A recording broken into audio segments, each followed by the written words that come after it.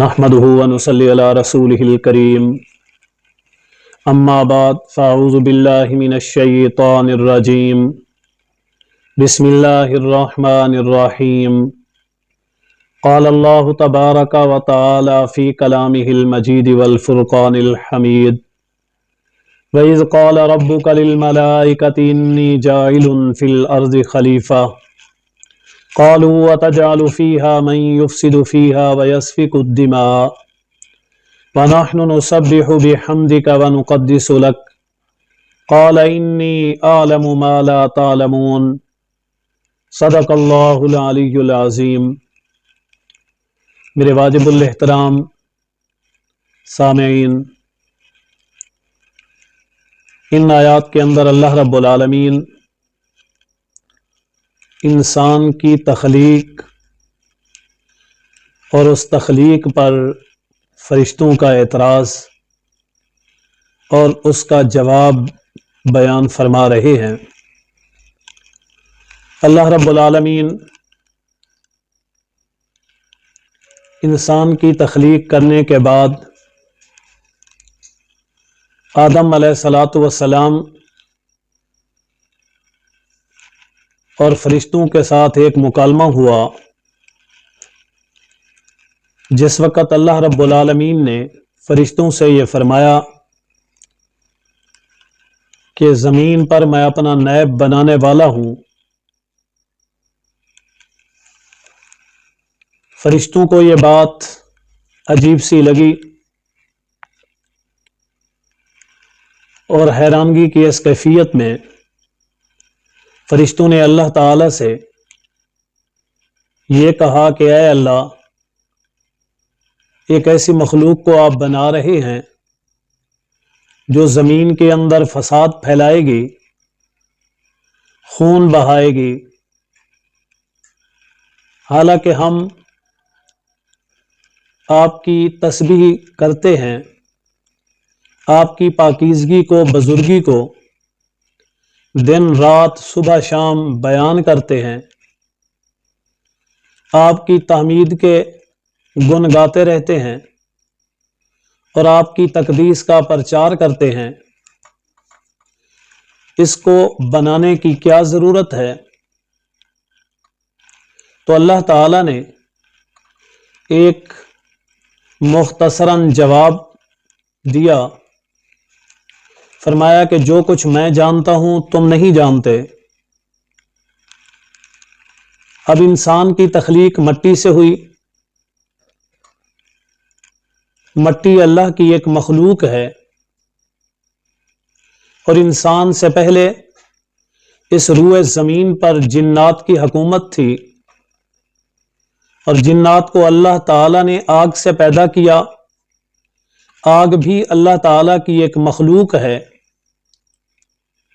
اسی طرح یہ فرشتے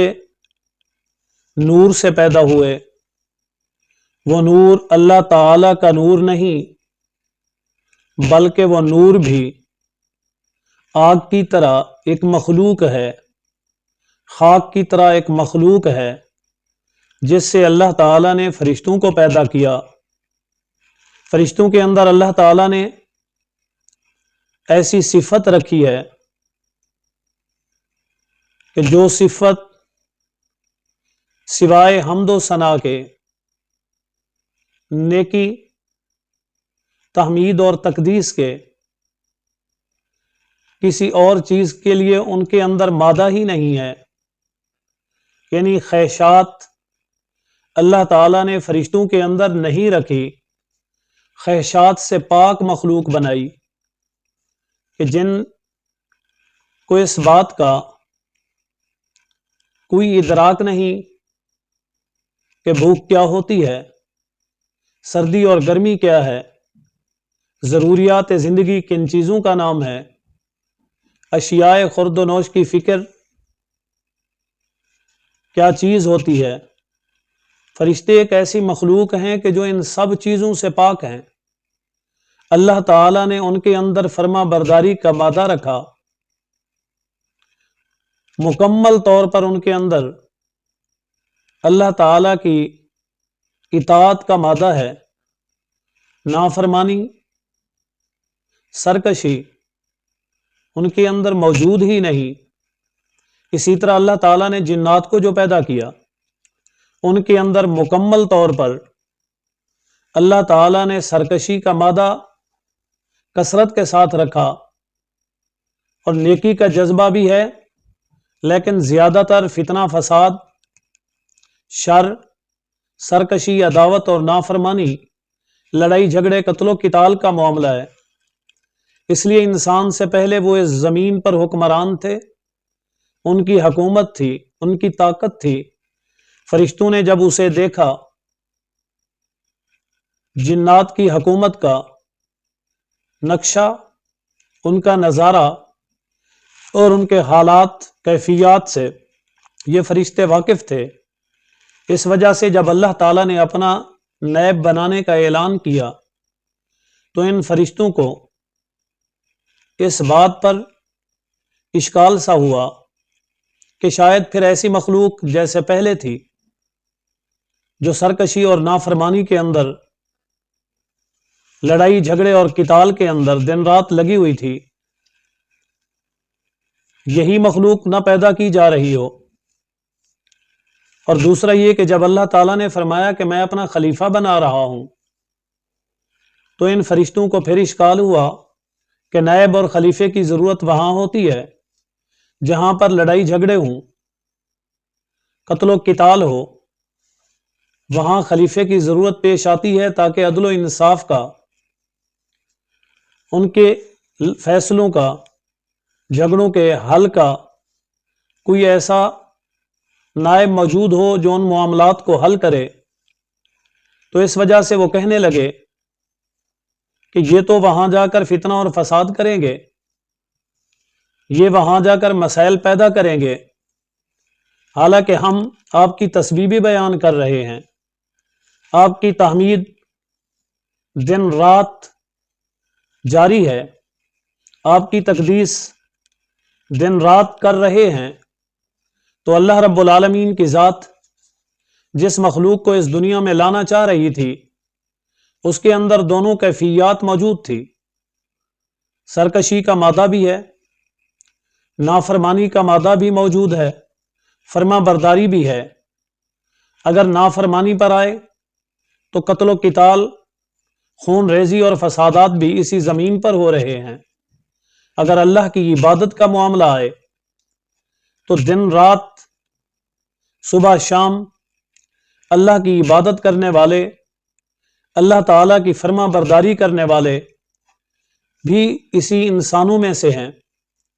حقیقت تو یہ ہے کہ یہ بہت بڑا مقام ہے کہ جن کے اندر سرکشی بھی ہے پھر بھی فرما برداری کر رہے ہیں، خواہشات بھی ہیں پھر بھی ان خواہشات کو دبا کر اللہ تعالیٰ کی اطاعت ہو رہی ہے، نافرمانی کا مادہ ہونے کے باوجود فرما برداری کی جا رہی ہے،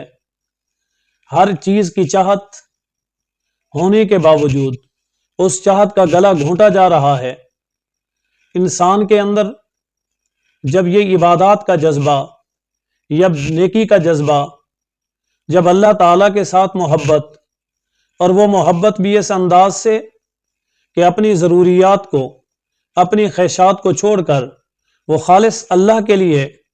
اللہ کی رضا کے لیے یہ سب کچھ کرتا ہے، تو اللہ تعالیٰ کو یہ ادا پسند ہے۔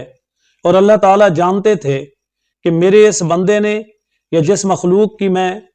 تخلیق کر رہا ہوں، اسے اپنا نائب بنا رہا ہوں، یہ میری وجہ سے،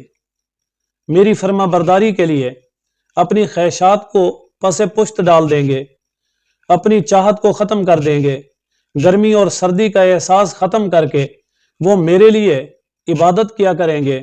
تو اللہ تعالیٰ نے فرمایا انی عالم، کہ جو کچھ میں جانتا ہوں ما لا تعلمون، تم نہیں جانتے۔